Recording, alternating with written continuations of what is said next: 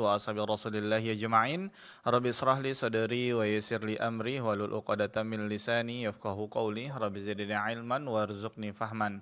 Saudaraku Seman Sakidah, para pendengar dan para pemirsa dimanapun antum-antuna berada, seperti yang telah ana infokan di pagi hari ini, yang mana kita akan kembali mengikuti dan menyimak sebuah kajian ilmiah Islam yang kita siarkan secara langsung bersama guru kita Ustaz Dr. Muhammad Haikal Basyarahil LCM Hafizahullah, melanjutkan dari bahasan syarah daripada Kitabul Maram, yang mana alhamdulillah dengan izin Allah Subhanahu wa taala kita telah terhubung bersama Ustaz di kesempatan yang berbahagia ini.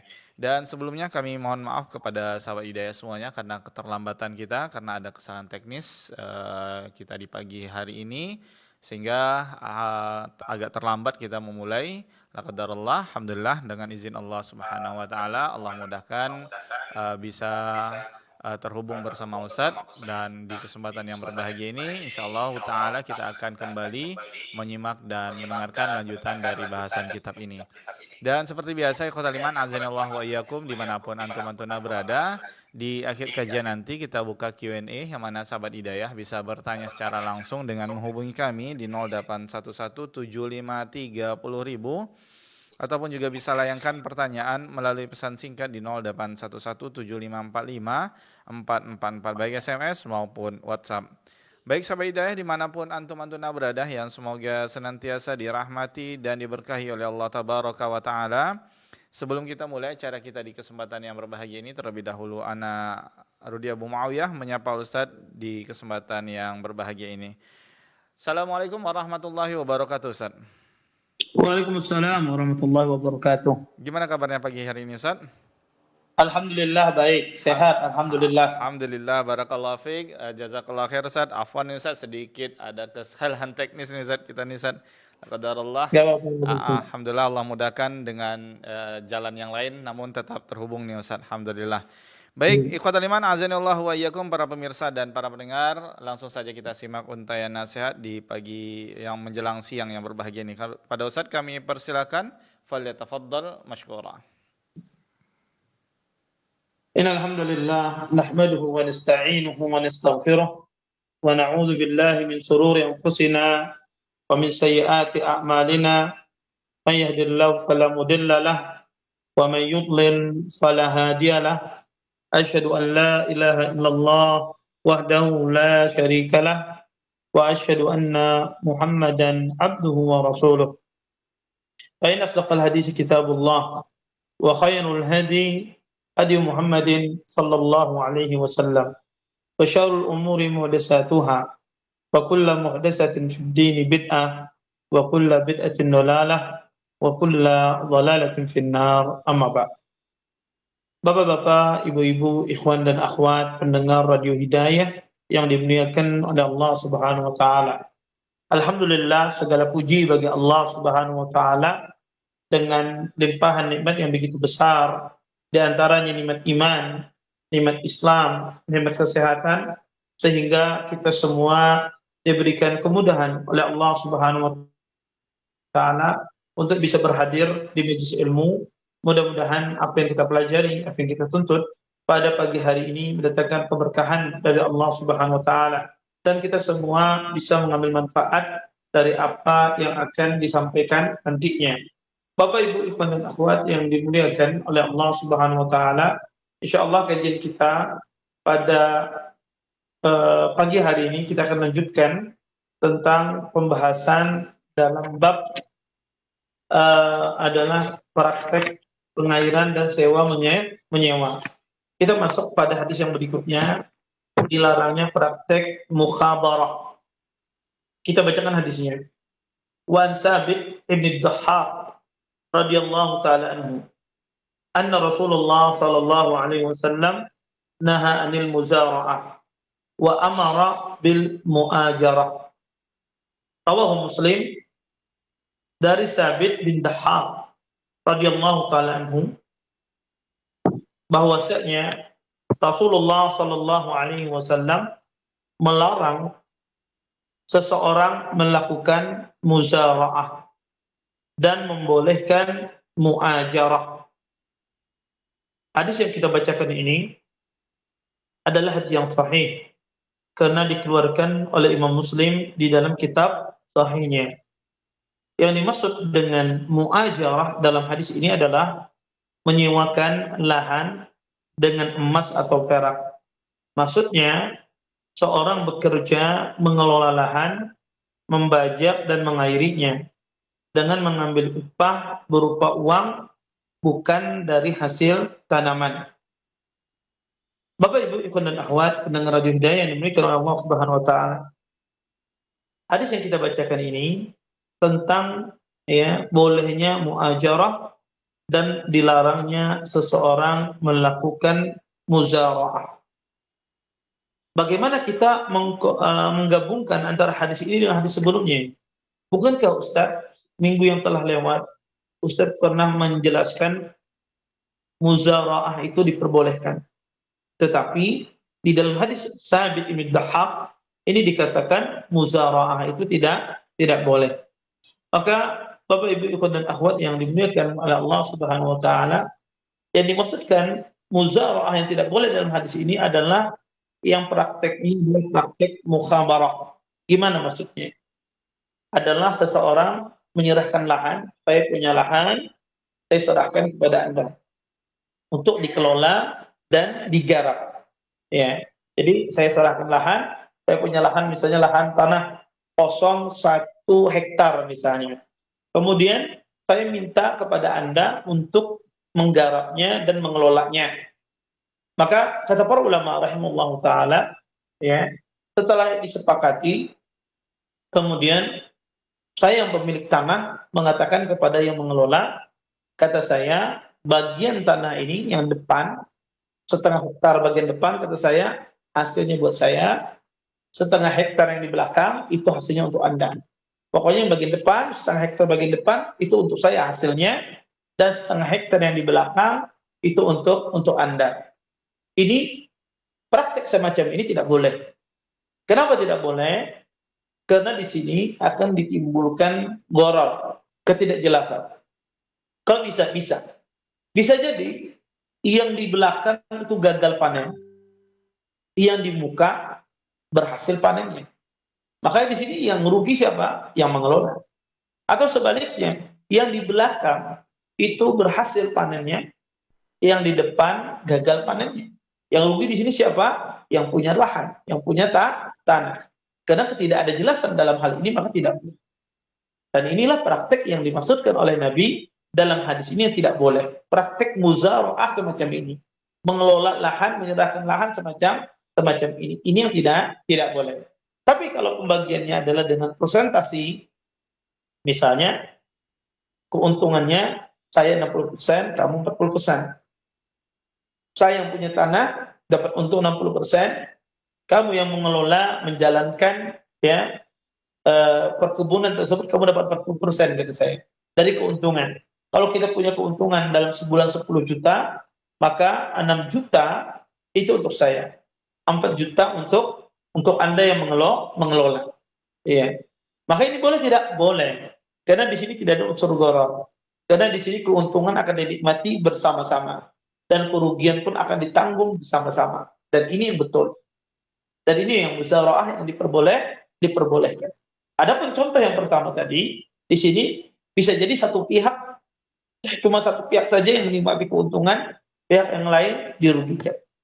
Atau pihak yang lain diuntungkan, pihak yang ini dirugikan. Maka ini tidak boleh.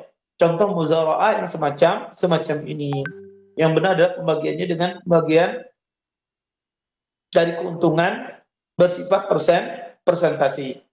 Kemudian Bapak Ibu ikhwan dan akhwat yang dimuliakan oleh Allah Subhanahu wa taala.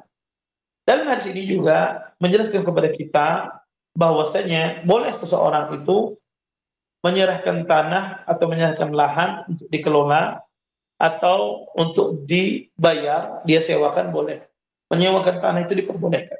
Ada punya tanah kemudian disewa orang untuk bertani, untuk berkebun, boleh tidak? Boleh, tidak mengapa. Yang tidak boleh adalah praktik muzara'ah yang dilarang tadi. Kemudian kita lanjutkan hadis berikutnya. Wa Ibnu Abbas radhiyallahu ta'ala anhuma annahu qala ihtajama Rasulullah sallallahu alaihi wasallam. Wa a'ta alladhi hajamahu ajrahu walau kana haraman lam yu'tih. Rawahul Bukhari. Dari Ibnu Abbas radhiyallahu taala anhuma, beliau berkata, Rasulullah sallallahu alaihi wasallam beliau pernah berbekam dan Nabi sallallahu alaihi wasallam memberi upah kepada orang yang membekamnya. Jika hal itu haram, tentunya beliau tidak membayarnya. Hadis ini dikeluarkan oleh Imam Bukhari di dalam kitabnya As-Sahih. Kemudian Hafidz meriwayatkan hadis berikutnya, wa an Rafi' bin Khadij radhiyallahu ta'ala anhu qala Rasulullah sallallahu alaihi wasallam kasbul hajjam khabis. Rawahu Muslim. Dari Rafi' bin Khadij radhiyallahu ta'ala anhu, beliau mengatakan Rasulullah sallallahu alaihi wasallam bersabda, hasil pekerjaan membekam itu kotor. Hadis ini dikeluarkan oleh Imam Muslim.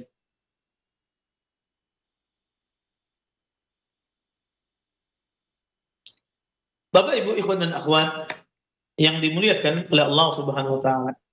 Dua hadis yang kita bacakan ini, keduanya adalah hadis yang sahih. Keduanya adalah hadis yang sahih. Yang satu dikeluarkan oleh Imam Bukhari dan yang kedua adalah dikeluarkan oleh Imam Muslim. Hadis yang pertama, hadis Abdullah bin Abbas.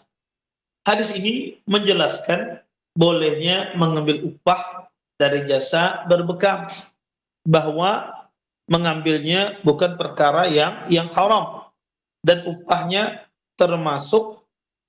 bukan termasuk rezeki yang haram.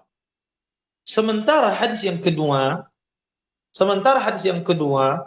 menjelaskan rendah dan hinanya orang yang membekam tersebut.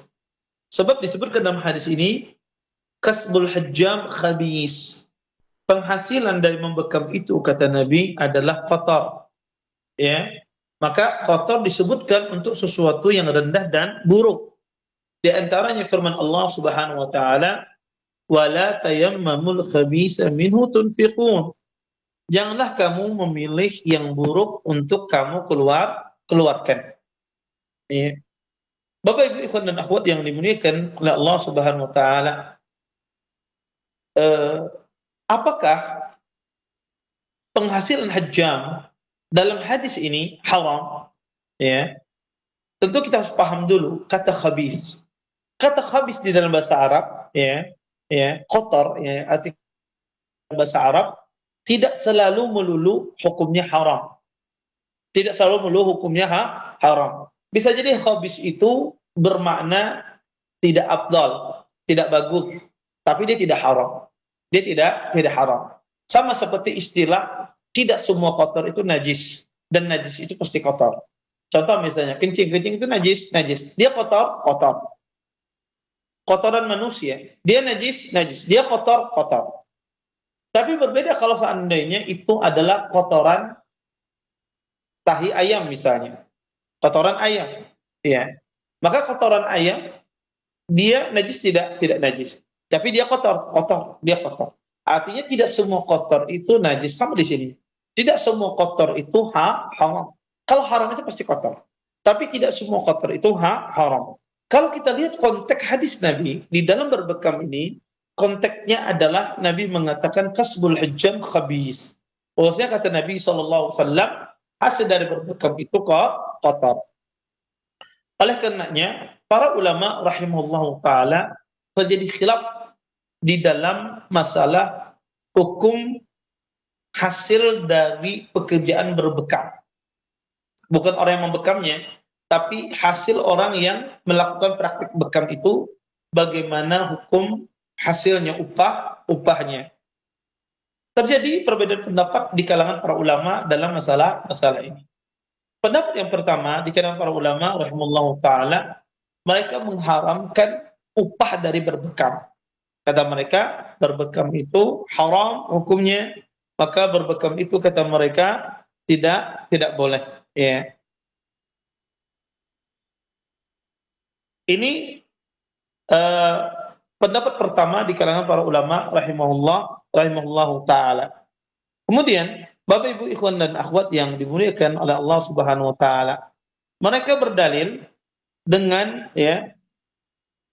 mereka berdalil dengan hadis Nabi sallallahu alaihi wasallam, yaitu hadis yang kita sebutkan tadi, bahwasanya hadis kasbul hajjam khabis, bahwasanya hasil dari orang berbekam itu jelek. Kata mereka, hadis ini menjelaskan kepada kita tentang larangan mengambil upah dari berbekam. Di antara dalil juga yang mengatakan bahwasanya berbekam itu haram, mereka berdalil hadis Muhayyisah. Muhayyisah dia pernah meminta izin kepada Nabi sallallahu alaihi wasallam untuk menyewa tukang bekam. Namun Rasulullah sallallahu alaihi wasallam melarangnya. Dia terus memohon dan meminta izin kepada beliau. Hingga Nabi SAW memerintahkan dia agar memberikan hasil bekam itu untuk makan unta dan budaknya. Untuk makan unta dan budaknya. Ini dalil yang digunakan oleh sebagian para ulama yang menjelaskan bahwasanya bekam itu haram. Sebagian lagi para ulama berpendapat larangan berbekam itu mansukh. Hadis yang mengatakan kasbul hajjam khabis, hasil berbekam itu jelek. Imam At-Takhawi mengatakan hadis itu adalah hadis yang mansukh. Mansukh itu artinya hadis tersebut dihapus hukumnya. Dihapus hukumnya.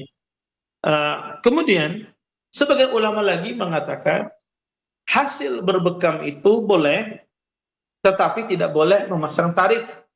Misalnya kalau dia berbekam dengan dia tarifnya 50.000 misalnya, maka ini nggak boleh. Tapi kata mereka kalau dia tidak masang tarif, maka tidak ada masalah. Dia membekam orang kemudian dapat upah dari berbekam tanpa dimasang tarif, maka ini boleh. Ini sebagian pendapat para ulama. Sebagian lagi, dan ini pendapat jumhur, bahwasanya berbekam itu tidak haram, upah dari bekam itu tidak haram, tetapi afdalnya seseorang kalau punya pekerjaan lain selain berbekam, maka hendaknya dia mencari pekerjaan lain selain berbekam. Artinya cari ma'isyah, mata pencarian. Kalau ada mata pencarian selain berbekam, afdalnya dia mencari mata pencarian selain berbekam. Tapi menerima upah kata jumhur itu boleh halal, tidak masalah. Pertama, apa dalil jumhur ini bahwasanya berbekam itu boleh, tidak haram? Mereka berdalil Nabi SAW, hadis Abdullah bin Abbas yang kita bacakan tadi, bahwasanya Nabi SAW pernah mengasih tukang bekam uang. Kalau seandainya itu haram, Nabi tidak boleh mengasihnya. Tapi kenapa Nabi SAW mengasih tukang bekam? Maka ini menunjukkan kata para ulama bahwasanya upah bekam itu tidak haram. Upah jadi tukang bekam itu tidak haram. Ini poin yang pertama. Poin yang kedua,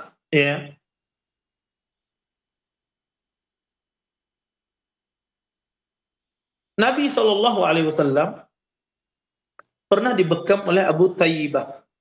Ada seorang sahabat yang bernama Abu Tayyibah. Dia pernah membekam Nabi SAW.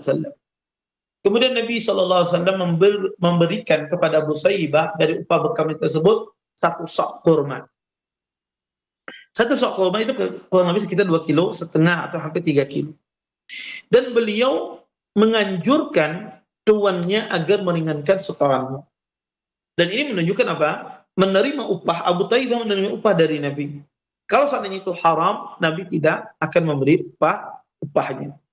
Tapi kata para ulama rahimahullahu ta'ala, jumhur ulama, kalau seandainya ada pekerjaan yang lain, saya membekam, maka itu yang terbaik. Wallahu a'lam. Bapak Ibu ikhwan dan akhwat pendengar Radio Hidayah yang diberikan Allah Subhanahu wa taala, kita katakan pendapat jumhur inilah pendapat yang paling kuat dalam masalah ini. Apa itu? Berbekam itu tidak haram, Berbekam itu boleh, mengambil upah berbekam itu boleh, tidak haram mengambil upah berbekam tersebut. Tapi kalau seandainya ada mata pencarian yang lain, maka itu yang lebih baik. Kenapa Ustaz? berbekam itu mata pencarian ini tidak baik. Sekali lagi, mata pencarian berbekam itu kita tidak mengatakan haram, dia halal. Tapi dikata Nabi khabis, tidak baik. Kenapa dia tidak baik? Karena Islam itu menyuruh kita ketika bekerja itu mencari sesuatu yang jauh dari hal-hal yang kotor, jauh dari hal-hal yang najis. Disuruh kita mencari sesuatu yang tayyib dalam pekerjaan. Berbekam itu dekat dengan darah. Ya, keseharian dia dekat dengan darah. Darah itu sesuatu yang kotor. Darah itu sesuatu yang najis. Maka keseharian dia adalah dekat dengan najis. Makanya orang itu kalau dia bisa cari pekerjaan yang lebih baik, ya pekerjaan yang tayyib, yang bagus, ya, maka itu yang dianjurkan. Sama seperti seseorang pekerjaannya misalnya menyedot sapi tank, misalnya nyedot kotoran-kotoran, kerjaannya dia. Kalau ada pekerjaan yang lebih baik, maka dia cari pekerjaan yang lebih baik. Sehingga dia tidak bersinggungan terus-menerus dengan najis. Dari sisi inilah kenapa ini dikatakan khabis. Kenapa ini dikatakan khabis, ya. Maka saya kasih analogi, ya. Kalau ada orang pilihan misalnya, dia jadi tukang bekam apa jadi tukang cukur. Dia bisa mencukur, dia bisa membekam. Dia bingung menentukan mana lebih bagus. Dia jadi tukang cukur apa jadi tukang bekam yang mengambil upah mata pencariannya. Tapi kita katakan tukang cukur lebih bagus. Kenapa, Ustaz? Karena dia tidak berhubungan dengan najis. Adapun bekam tadi dia berhubungan dengan najis. Gajinya halal, kedua-duanya halal. Apakah dilarang orang mengenai menggaji dari berbekam? Pendapat yang lanjut tidak dilarang. Tetapi kita menganjurkan dia mencari sesuatu yang lebih bagus. Karena Islam menyuruh seseorang itu untuk apa? Setiap bekerja itu mencari yang paling baik, mencari yang paling baik. Karena itu prinsip dalam bekerja. Yang kita mencari pekerjaan itu yang paling benar, tidak. Tapi kita cari pekerjaan itu yang paling bagus. Dan sebagus pekerjaan, ya, tidak melalaikan dari mengingat Allah, terhindar dari unsur-unsur yang haram, dan tidak berkaitan dengan najis. Itu sebagus pekerjaan. Kemudian, Bapak Ibu ikhwan dan akhwat yang dimuliakan oleh Allah Subhanahu wa taala. Berbekam merupakan perbuatan yang dilakukan oleh Nabi dan para sahabat Nabi sallallahu alaihi wasallam.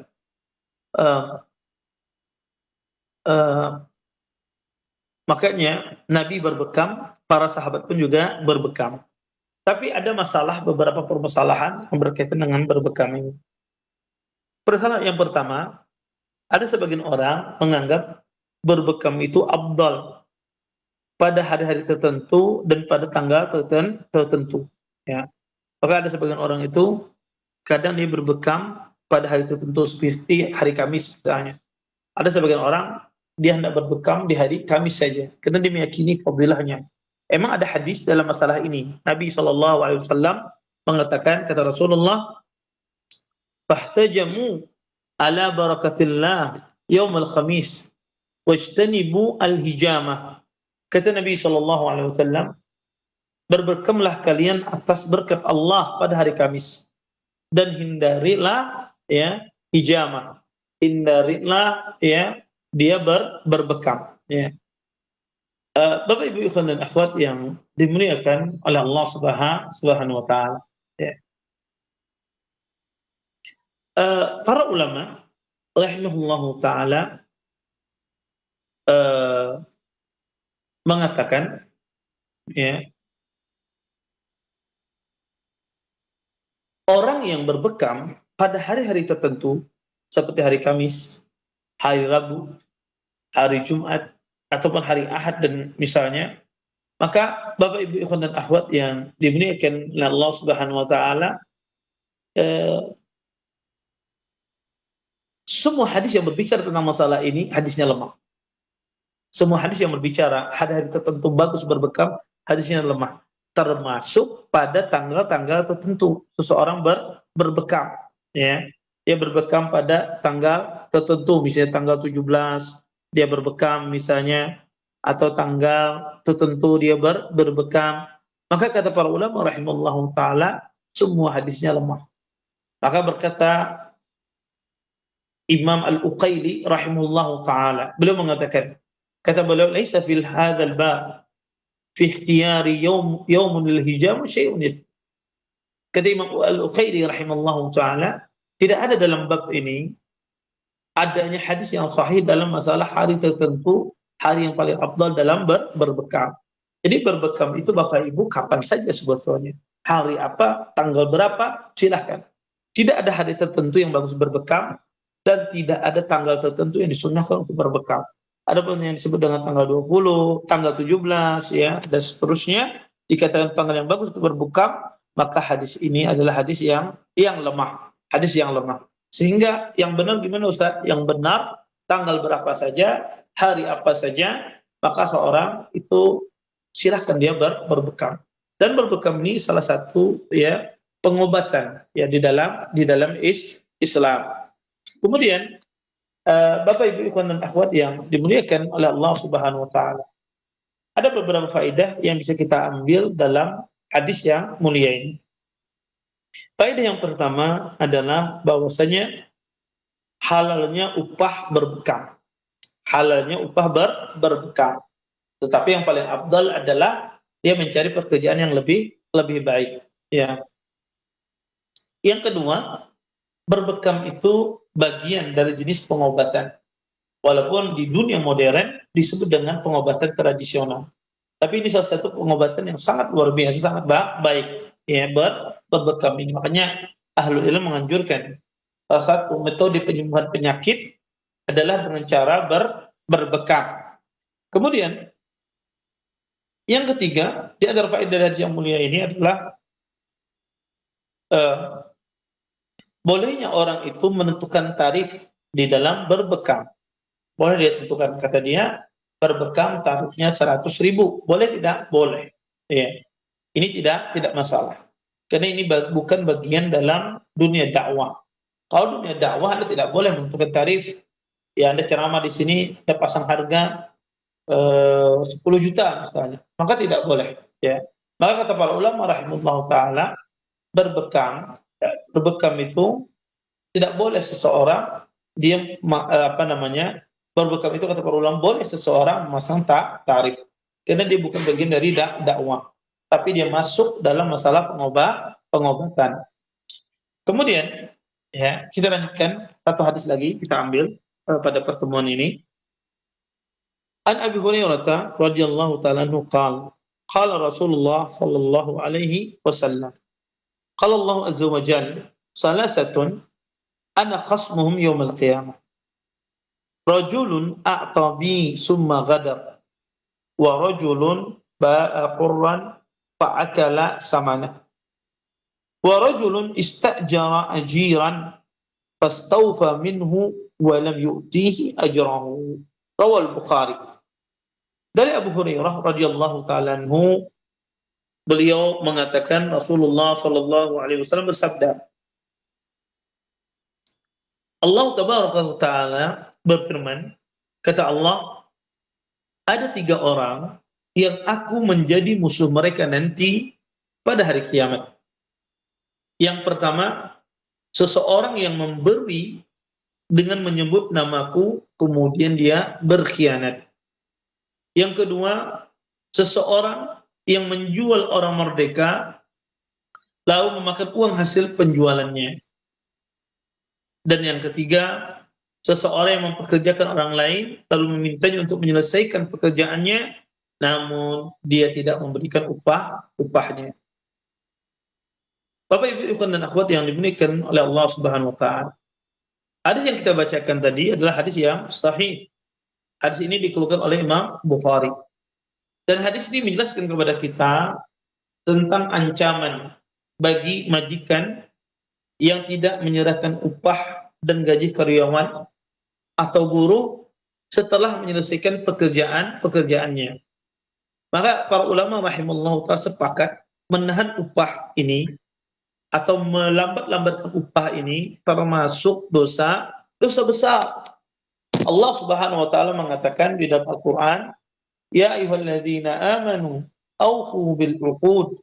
Kata Allah Subhanahu wa taala, wahai orang-orang beriman, penuhilah janji-janji kalian, ya.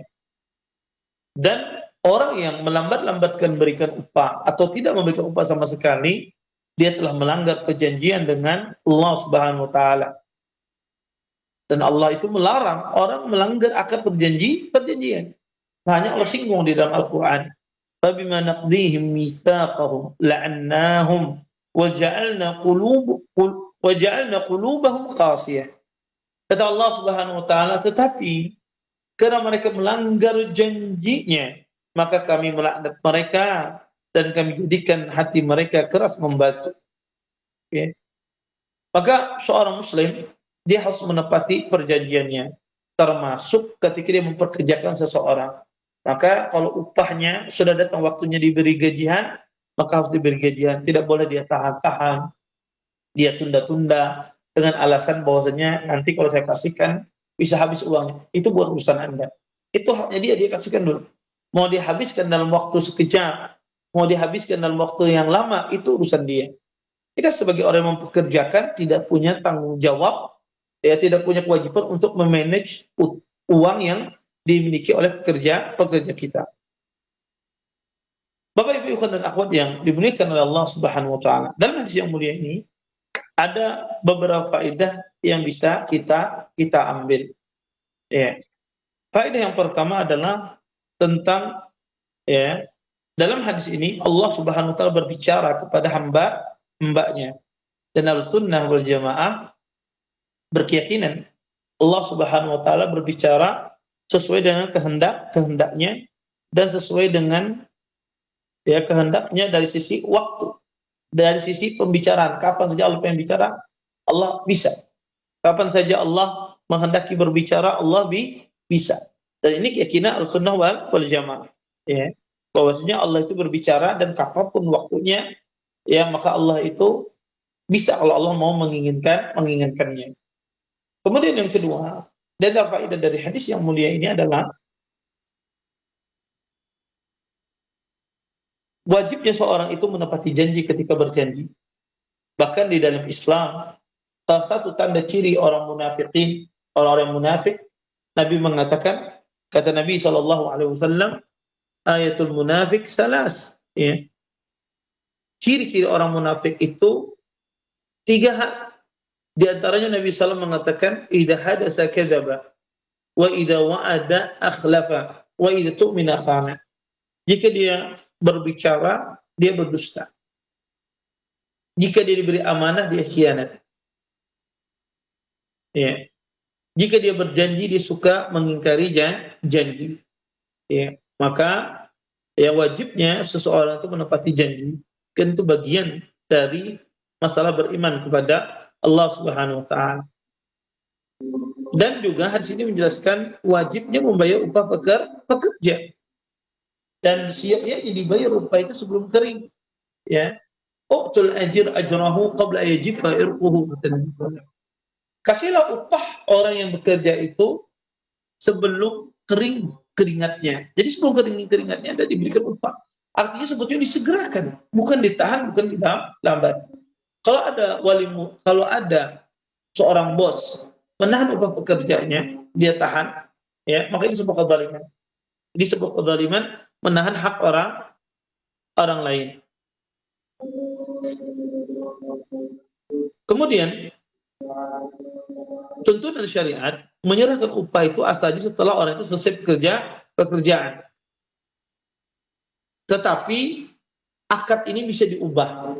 Kalau seandainya disepakati dua belah pihak, upah akan diserahkan kalau sudah separuh pekerjaan, boleh. Tapi kalau tidak ada akad ini, maka asalnya upah pekerja itu dikasihkan setelah dia selesai bekerja, setelah dia merampungkan. Ya. Ini poin penting. Tapi kalau ada perjanjian boleh dikasihkan sebelumnya.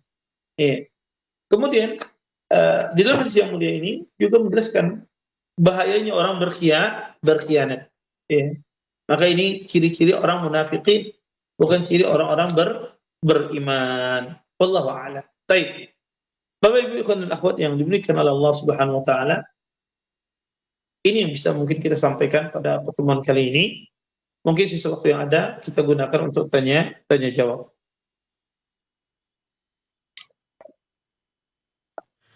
Nah, demikian ikhwatal iman azanillahu wa iyyakum para pemirsa dan para pendengar yang semoga senantiasa dirahmati dan diberkahi oleh Allah tabaraka wa taala. Demikian telah kita simak bersama pemaparan materi yang telah disampaikan oleh Ustaz di kesempatan yang berbahagia ini. Mudah-mudahan bermanfaat tentunya bagi kita semuanya. Baik ikhwatal iman azanillahu wa iyyakum dimanapun antum-antum berada. Selanjutnya kita buka soal jawab atau Q&A bagi sahabat hidayah yang ingin bertanya secara langsung. Di kesempatan yang berbahagia ini kami berikan kesempatan melalui via telepon di 08117530.000. Baik Ustaz, kita coba angkat penelpon di kesempatan yang berbahagia ini. Naam, halo, assalamualaikum. Waalaikumsalam, Abu. Dari siapa di mana Ibu? Dari hamba Allah di Pekanbaru, Abu. Baik, silakan dengan pertanyaannya. Baik, Abu. Assalamualaikum, Ustaz. Waalaikumsalam warahmatullahi wabarakatuh. Izin bertanya Ustaz di luar tema Ustaz. Gini Ustaz, suami anak kan bekerja Ustaz, beda-beda divisi Ustaz. Jadi anak suami ini bagian kantor gitu Ustaz. Terus ada beberapa teman yang bagian lapangan. Jadi kalau temannya dinas keluar gitu Ustaz, mereka akan melakukan pemeriksaan gitu Ustaz. Kadang mereka ada melakukan pemeriksaan kapal-kapal penangkap ikan. Tapi sebetulnya prioritas mereka itu lebih ke kapal luar negeri gitu Ustaz. Kadang-kadang sering juga dengan kapal yang di dalam negeri gitu Ustaz. Jadi saat beliau-beliau ini melakukan pemeriksaan Ustaz, kadang beliau ini dikasih ikan sama orang-orang itu Ustaz. Sama orang-orang yang punya kapal yang beliau periksa itu, atau mungkin yang berjumpa di laut atau di mana lah gitu Ustaz. Jadi nanti kan kalau tujuan mereka ikan ini untuk makan para ABK itulah pertamanya begitu kan Ustaz, untuk mereka simpan di kulkasnya untuk makan mereka sama-sama gitu. Terus kalau mereka pulang kan nanti yang pengurusannya suami anak gitu kan Ustaz, kalau mereka ada santap. Kadang-kadang suami anak ini dikasih gitu loh Ustaz, ikan itu gitu Ustaz.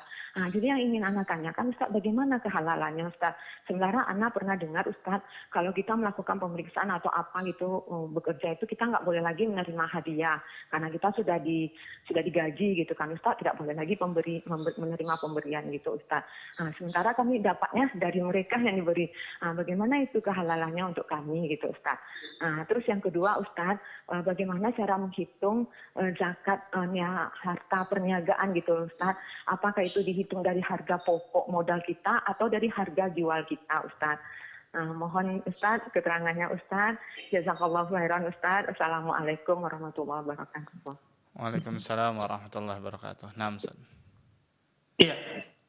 Yang pertama adalah beliau menanyakan tentang masalah suami beliau dikasih ikan oleh pedagang-pedagang yang tertangkap itu ya, atau nelayan-nelayan tersebut.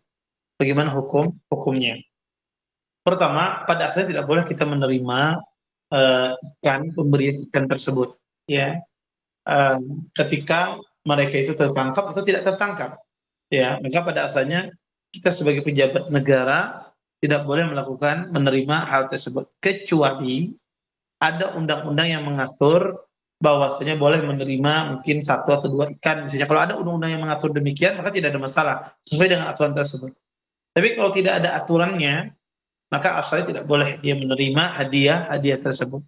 Dan ini disebut oleh para ulama gulul. Ya. Kalau seandainya dia tidak bekerja sebagai yang nangkap ikan, belum tentu dia dikasih ikan oleh nelayan tersebut. Maka kata para ulama, asalnya tidak boleh, kecuali ada ketentuan dari kantor boleh menerima, ini batasannya. Kalau ada ketentuannya demikian, maka sesuai dengan ketentuan. Tapi kalau tidak ada ketentuannya sama sekali, asalnya tidak boleh kita menerima ikan tersebut, walaupun sedikit. Nanti akan timbul dari sebagaimana dikatakan oleh beliau, akan timbul terjadi nanti pilih kasih, ya.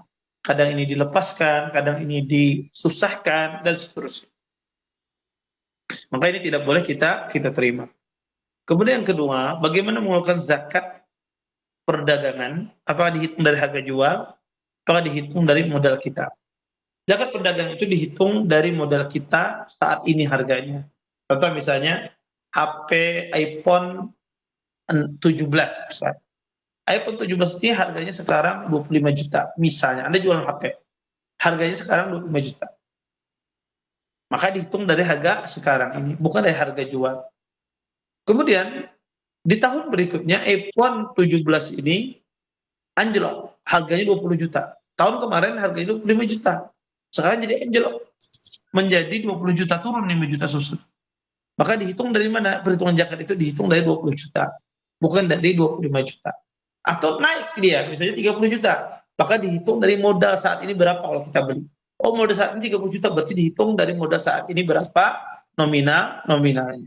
Seperti itu. Wallahu a'lam. Nah, terima kasih jawaban dan nasihat dari Ustaz. Mudah-mudahan dapat dipahami oleh ibu yang bertanya di kesempatan yang berbahagia ini. Baik, selanjutnya masih kami undang Anda semuanya, Ikhwatal Iman yang ingin bertanya secara langsung di kesempatan yang berbahagia ini. Silakan hubungi kami di 08117530.000 ataupun juga bisa layangkan pertanyaan melalui pesan singkat di 081175454444. Baik, masih kami undang Anda semuanya bagi sahabat hidayah yang ingin bertanya secara langsung di kesempatan yang berbahagia ini di 08117530.000. Baik Ustaz, sambil menanti kita coba angkat pertanyaan dari pesan singkat yang telah masuk. Assalamualaikum warahmatullahi wabarakatuh Ustaz. Waalaikumsalam warahmatullahi wabarakatuh. Semoga Ustaz selalu dalam lindungan Allah Azza wa Jalla, amin. Afwan Ustaz, apa hukum anak-anak menerima uang dari orang yang kerja di pajak Ustaz? Mohon nasihatnya Ustaz, jazakumullahu khairan. Naam Ustaz. Baik. Jazakumullahu khair atas pertanyaannya. Beliau menanyakan apa hukumnya orang menerima anak-anak menerima uang dari orang yang bekerja di pajak. Jawabannya adalah maka insya Allah tidak mengapa kalau anak-anak ataukah orang dewasa menerima hadiah dari orang yang berkecimpung dalam dunia pajak. Kenapa? Karena dia mengasihnya dalam bentuk hadiah. Kalau mengasih dalam bentuk hadiah, maka Anda tidak ada hubungan dengan pajaknya. Pada suatu hari, Barirah, seorang budak yang dibebaskan oleh Aisyah radhiyallahu taala anha, beliau dikasih daging oleh seseorang. Kemudian daging itu dikasihkan Barirah kepada Aisyah radhiyallahu taala anha. Barirah ketika dikasih itu orang bersedekah dengan Barirah. Barirah ngasih Aisyah dalam bentuk hadiah. Di sini Nabi memakan daging tersebut. Padahal kita tahu keluarganya Rasulullah SAW tidak boleh menerima sedekah. Keluarga Nabi boleh menerima hadiah. Tapi keluarga Nabi tidak boleh menerima sedekah dan zakat. Padahal orang tadi ngasih hadiah ke Barirah dalam bentuk apa? Dalam bentuk sedekah. Ya. Tapi Barirah mengasihkan kepada Nabi dalam bentuk hadiah. Sehingga di sini berubah bentuk hartanya. Dari sedekah dirubah menjadi hadiah. Maka halal bagi Nabi SAW. Sama seperti orang yang bekerja misalnya di suatu yang haram. Dia dapat hasilnya haram. Kemudian dia kasihkan kepada orang-orang yang berhak. Dia mengubah. Dari pekerjaan yang haram dia ubah dalam bentuk sedekah. Ya, maka ini berubah bentukan harta. Maka kita boleh menerima? Boleh. Karena hartanya telah berubah. Tentu orang yang tadi itu dapat pahala nggak yang bekerja di haram tadi kemudian bersedekah? Tidak dapat pahala. Tapi itu cara dia mensucikan hartanya atau menjadikan hartanya menjadi harta yang suci, semacam itu. Wallahu a'lam. Nah, terima kasih jawaban dan nasihat dari Ustaz. Mudah-mudahan dapat dipahami oleh sahabat hidayah yang bertanya melalui pesan singkat di kesempatan yang berbahagia ini. Baik, masih kami undang Anda semuanya, Ikhwatal Iman yang ingin bertanya secara langsung di kesempatan yang berbahagia ini. Baik Ustaz, kita coba angkat penelpon. Halo, Assalamualaikum. Waalaikumsalam warahmatullahi wabarakatuh, Abu. Dari siapa di mana Ibu? Hamba Allah Pekanbaru. Baik Ibu, silakan dengan pertanyaannya. Assalamualaikum warahmatullahi wabarakatuh, Ustaz. Waalaikumsalam warahmatullahi wabarakatuh.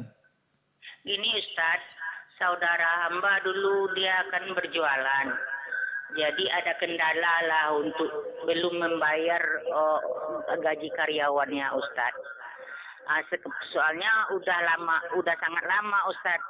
Udah adalah 10 tahun kira-kira sampai sekarang.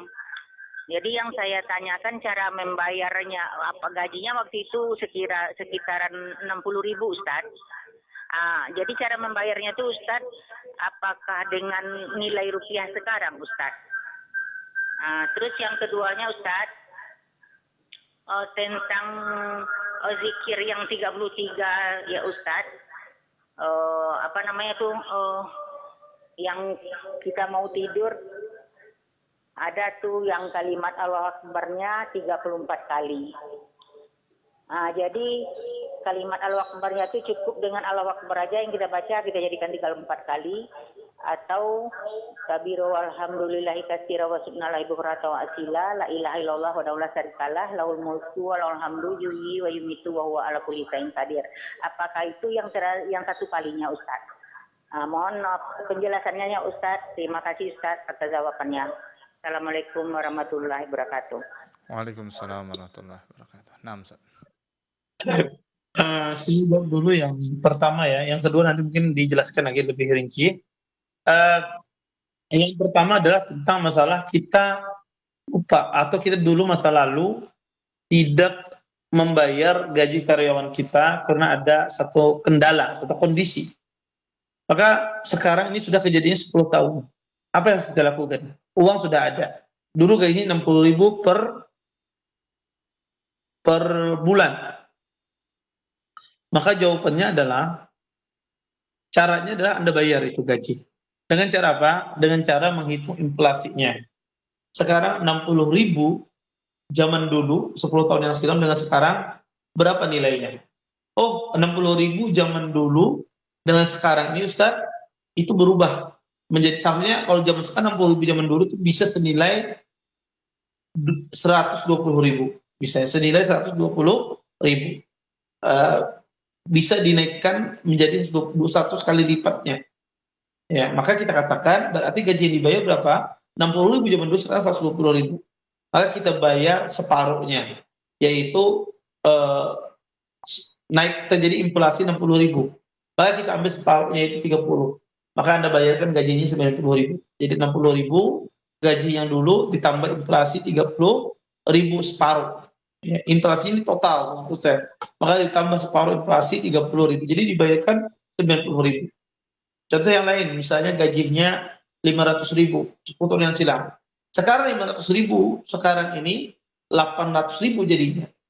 500.000 zaman dulu kalau dibelanjakan sekarang jadinya 800.000. Maka Anda bayarnya berapa gaji orang tersebut? Bayarnya 6,5. Kenapa? Karena terjadi inflasi 300.000 naik. Maka 300.000 ini bagi 2. Jadinya 150.000. Maka ditambahkan dengan utang dulu dan inflasi 150.000, totalnya 6,5. Maka Anda bayar gajinya 6,5. Seperti itu. Ya, seperti itu. Jadi separuh kerugian ditanggung oleh orang yang mempekerjakan dan separuh kerugian ditanggung oleh orang yang bekerja. Baik, ada pun soal yang nomor 2 tadi, saya kurang jelas soalnya seperti apa, bisa dijelaskan? Nah, Ustaz, mengenai zikir Ustaz, zikir sebelum tidur itu kan ada yang membaca tasbih 33 kali, alhamdulillah 33 kali, kemudian Allahu Akbar 34 kali. Apakah ditutup dengan la ilaha illallah wahdahu la syarikalah dan seterusnya Ustaz yang ke-35? Apakah itu dibenarkan atau bagaimana? Namsan. Iya. Jazakumullah khair, jazakillah khairan atas pertanyaannya. Adapun ya, masalah zikir ya di waktu tidur ya, maka disebutkan oleh Nabi sallallahu alaihi wasallam kita membaca subhanallah 33 kali, alhamdulillah 33 kali, Allahu akbar 34 4 kali ya. Jadi alhamdulillah subhanallah 33 kali, alhamdulillah 33 kali, Allahu akbar 33 kali. Cuma itu saja ya. Jadi 34-nya cuma Allahu akbar, alhamdulillah 33, subhanallah 33, Allahu akbar 34 kali. Seperti itu. Ditutup dengan Allahu akbar 34 kali ya. Tidak ditutup dengan tambahan yang lain. Wallahu a'lam. Nah, terima kasih jawaban dan nasihat dari Ustaz. Mudah-mudahan dapat dipahami oleh ibu yang bertanya di kesempatan yang berbahagia ini. Baik Ustaz, karena keterbatasan waktu kita yang ada, mungkin kita angkat satu pertanyaan terakhir dari pesan singkat yang telah masuk. Assalamualaikum warahmatullahi wabarakatuh Ustaz. Waalaikumsalam warahmatullahi wabarakatuh. Ustaz, apakah boleh sholat subuh di bis apabila bis tersebut tidak berhenti Ustaz? Mohon nasihat Ustaz, jazakumullahu khairan. Ustaz. Jazakumullah khairan. Boleh kita sholat subuh di bis kalau bisnya tidak berhenti, dan takut kalau sampai di tempat tujuan waktu habis. Jadi kalau misalnya kalau kita sampai di tempat tujuan kita waktu sudah keluar, maka boleh sholat di dalam bis. Tapi ketika sampai di tempat tujuan waktu masih ada, maka sholat di tempat tujuan. Tidak boleh sholat di dalam bis. Jadi misalnya subuh sana habis waktu jam 6 pagi misalnya. Anda naik bis jam 5 sampai di tempat Anda jam 5.45, masih ada 15 menit. Anda sholat di tempat tujuan. Jangan sholat di bis. Tapi kalau waktunya habis, ya nanti oleh tempat tujuan, maka sholat di bis tidak ada masalah. Ini kondisi darurat. Usahakan pertama kali takbiratul ihram Anda berdiri, Allahu Akbar. Usahakan pertama kali takbiratul ihram Anda berdiri, Allahu Akbar. Kemudian kalau nggak bisa berdiri, Anda duduk setelahnya. Tapi jangan memulai takbiratul ihramnya duduk, tapi berdiri. Karena salah satu syarat takbiratul ihram adalah berdiri, semacam itu. Allahu a'lam. Nah, Ustaz, berarti ada dua melakukan, Ustaz, jika sudah sampai sebelum, kalau melakukan dulu di bis, habis itu masih ada waktu sholat lagi di situ, Ustaz, atau bagaimana, Ustaz? Atau Tidak. nah, Ustaz, Kalau dia misalnya sudah takut misalnya nanti sampai di tempat tujuan nggak habis waktunya, dia sholat duluan. Sudah sampai tempat tujuan waktunya masih ada, apakah diulang sholat? Tidak diulang. Tidak diulang sholatnya. Tapi yang kita katakan, kadang orang bisa memprediksi. Kadang kita kan biasa tahu nih, kira-kira sampai ke tempat saya masih ada nggak. Kalau dia sudah bisa memprediksikan dan kemungkinan sampai waktunya belum lewat, nanti sholat di tempat tujuan. Tapi kalau seandainya tidak mungkin sholat sampai tempat tujuan, sholat di dalam bis. Baik Ustaz, terima kasih jawaban dan nasihat dari Ustaz. Mudah-mudahan dapat dipahami oleh sahabat hidayah yang bertanya melalui pesan singkat di kesempatan yang berbahagia ini. Baik khotul iman, azanallahu wa iyyakum, sampai di sini kebersamaan kita, dan sebelum kita akhiri mungkin ada ihtitam dari bahasan kita, Ustaz. 6. Baik. Alhamdulillah ya, kita tadi mempelajari tentang masalah jasa sewa menyewa, upah ya. Dan kita jelaskan tadi bahwasanya upah itu tidak boleh diakhirkan, dan juga kita menjelaskan tentang masalah berbekam. Mudah-mudahan apa yang disampaikan tadi bermanfaat dan kita terhindar dari praktek-praktek muamalah yang diharamkan di dalam Islam. Mungkin ini yang bisa saya sampaikan. Kita tutup dan doa penutup majelis. Subhanallah wa bihamdika, asyhadu an la ilaha illa anta, astaghfiruka wa atubu ilaik. Assalamualaikum warahmatullahi wabarakatuh. Waalaikumsalam warahmatullahi wabarakatuh. Jazakallahu khairan, barakallahu fikum. Kita ucapkan pada Ustaz yang telah memberikan tausiahnya di kesempatan yang berbahagia ini. Mudah-mudahan apa yang telah kita simak bersama, baik dari materi dan juga soal jawab, mudah-mudahan bermanfaat tentunya bagi kita semuanya. Baik khotul iman, azanillahu wa iyyakum, para pemirsa dan para pendengar yang semoga senantiasa dirahmati dan diberkahi oleh Allah Subhanahu wa taala.